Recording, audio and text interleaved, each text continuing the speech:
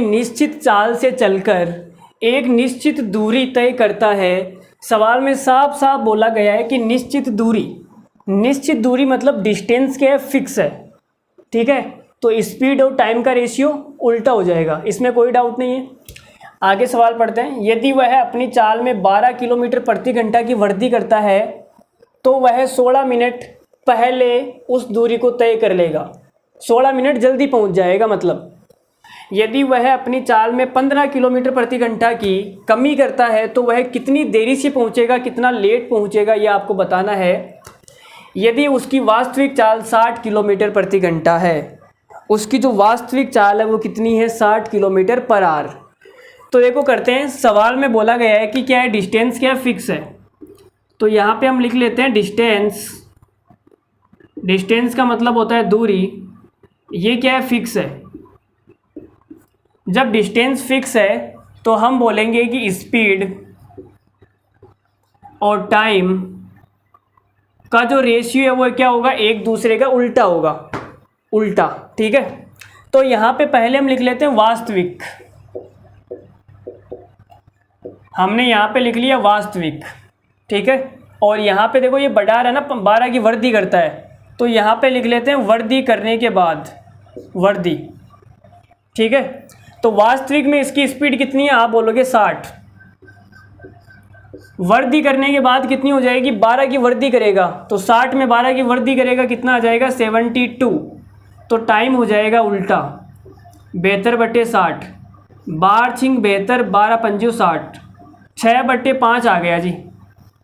कितना आ गया, 6/5 हमारे पास टाइम का अनुपात आ गया। आगे क्या बोला है, तो वह 16 मिनट पहले उस दूरी को तय कर लेगा। तो ये वास्तविक समय कितना है, 6, लेकिन स्पीड बढ़ाने के बाद में टाइम कितना लग रहा है, 5। पहले 6 लगता था, अब 5 लग रहा है, तो कितना पहले पहुंच रहा है ये, तो आप बोलोगे सर 1 घंटा ये पहले पहुंच रहा है। भाई 6 लेता था पहले, अब 5 ले रहा है, तो 1 घंटा पहले पहुंच गया ना। और इस 1 की वैल्यू सवाल में दे रखी है, 16 मिनट पहले पहुंचता है। 1 की वैल्यू है 16 मिनट, तो 1 की वैल्यू 16 है, तो 5 की कितनी आ जाएगी, 16×5 = 80 मिनट, और 6 की कितनी आ जाएगी, तो आप बोलोगे 16×6 = 96 मिनट, 96 मिनट, ठीक है। तो हमें पता लग गया कि वास्तविक जो इसका समय है उस दूरी को तय करने का वो है 96 मिनट, और स्पीड बढ़ाने के बाद में इसे लगेंगे 80 मिनट। लेकिन ये तो हमसे सवाल में पूछा ही नहीं है, हमसे तो सवाल में ये पूछा है कि वो कितना लेट हो जाएगा। तो लेट कब होगा, जब स्पीड कम करेगा। तो स्पीड कम कर देते हैं, तो हमें क्या बनाना पड़ेगा, दूसरा केस बनाना पड़ेगा। ये तो हो गया केस फर्स्ट। दूसरा केस हम इधर बना लेते हैं। यहाँ पे मैं लिखता हूँ स्पीड और यहाँ पे लिखता हूँ टाइम। यहाँ पे लिख देता हूँ मैं वास्तविक और यहाँ पे लिख देता हूँ स्पीड में कमी करने के बाद में। तो वास्तविक स्पीड कितनी है, आप बोलोगे 60।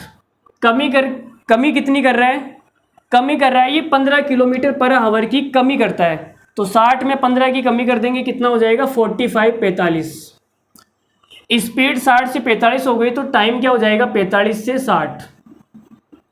तो 15×3 = 45, 15×4 = 60, 3/4 क्या आ गया, टाइम का रेशियो आ गया। तो जब ये वास्तविक चाल से जाता था तो इसको 3 टाइम लगता था, अब ये कमी कर रहा है तो 4 टाइम लगता है। तो कितना लेट हो रहा है, तो आप बोलोगे सर 1 घंटा लेट हो रहा है। भाई पहले 3 घंटे लेता था, अब 4 घंटे ले रहा है, तो 1 घंटा लेट हो गया ना। तो लो जी, ये 1 घंटा लेट हो रहा है, और हमें इस 1 की वैल्यू बतानी है सवाल में। भाई लेट ही तो पूछा ना, कितनी देरी से पहुंचेगा, तो 1 की वैल्यू बतानी है। अब आप बोलोगे कि सर वास्तविक तो टाइम इसका कितना है, जब वास्तविक से जाता है तो इसको 96 मिनट लगते हैं। तो वास्तविक से जा रहा है तो यहाँ पे 3 लग रहा है, तो 3 की वैल्यू कितनी हो जाएगी, आप बोलोगे सर 3 की वैल्यू हो जाएगी 96 मिनट। और 3 की वैल्यू अगर 96 है तो 1 की वैल्यू कितनी आ जाएगी, 96/3। तो बराबर कितना आ जाएगा, 96/3 होता है 32 मिनट। तो ऑप्शन नंबर डी हमारा क्या हो जाएगा, सवाल का करेक्ट आंसर हो जाएगा।